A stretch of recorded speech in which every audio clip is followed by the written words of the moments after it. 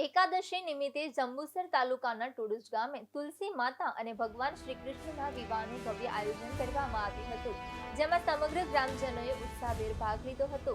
ગામના ઉગાદર પરિવારના આંગણેથી આ શુભ પ્રસંગની શરૂઆત થઈ હતી. ધીરજ પટેલ અને શૈલેષ પટેલના ઘરેથી ભગવાન શ્રી કૃષ્ણની જાનનું પ્રસ્થાન થયું હતું. શ્રી કૃષ્ણની જાન વાજતે ગાજતે નીકળીને ગામના ભગવાન સન્મય પરિવારના નિવાસસ્થાને પહોંચી હતી.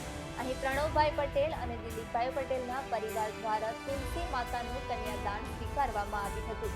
સમગ્ર વિવાહ પ્રસંગ દરમિયાન ગામમાં ભક્તિમય અને હર્ષોલ્લાસભર્યું વાતાવરણ છવાયું હતું. ત્યારે ગ્રામજનો મોટી સંખ્યામાં જાનમાં જોડાયા હતા અને પારંપરિક ગીતો ગાઈને ખુશી વ્યક્ત કરી હતી. બંને પરિવારોએ લગ્નની તમામ વિધિઓ શાસ્ત્રોક્ત રીતે સંપન્ન કરી હતી. તાલુકાના ટુંડજ ગામે તુલસી માતા શ્રી કૃષ્ણના ભવ્ય વિવાહ સંપન્ન.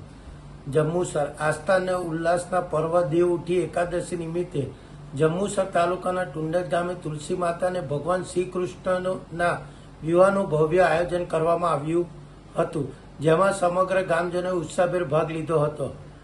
ગામના ઉગ્રદાર પરિવારના આંગણેથી આ શુભ પ્રસંગની શરૂઆત થઈ હતી. ધીરજભાઈ વલ્લભભાઈ પટેલ અને શૈલેષભાઈ વલ્લભભાઈ પટેલના ઘરેથી ભગવાન શ્રી કૃષ્ણની જાનનું પ્રસ્થાન થયું હતું.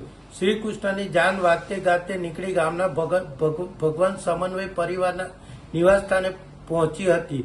અહીં પ્રણવભાઈ લાલજીભાઈ પટેલ અને દિલીપભાઈ શંકરભાઈ પટેલ પરિવાર દ્વારા તુલસી માતાનું કન્યાદાન સ્વીકારવામાં આવ્યું હતું અને હર્ષોલ્લાસ ભર્યું વાતાવરણ સમગ્ર વિવાહ પ્રસંગ દરમિયાન ગામના ભક્તિમય અને હર્ષોલ્લાસભર્યું વાતાવરણ છવાયું હતું. ગ્રામજનો મોટી સંખ્યામાં જાનમાં જોડાયા હતા અને પારંપરિક ગીતો ગાઈને ખુશી વ્યક્ત કરી હતી. બંને પરિવારોએ લગ્નની તમામ વિધિઓ શાસ્ત્રોક્ત રીતે સંપન્ન કરી હતી. આ પ્રસંગે બંને પરિવારોએ સાથે મળીને ભગવાન શ્રી કૃષ્ણ અને તુલસી માતાના વિવાહની ઉજવણી કરી ધર્મ અને સંસ્કૃતિ વારસાને જાળવી રાખવાનો સંદેશ આપ્યો હતો. તુલસી વિવાહના આ પાવન પર્વ પર સૌએ એકબીજાને શુભેચ્છાઓ પાઠવી હતી અને ગ્રામ પર આવેલી આફતોને ભગવાન સહેજે સહેજે લઈ લે અને ગામ સુખમય અને શાંતિમય અને હર્ષો ઉલ્લાસ સાથે બધા એક થઈને રહે એવી ભગવાન કને આશીર્વાદ લીધા હતા.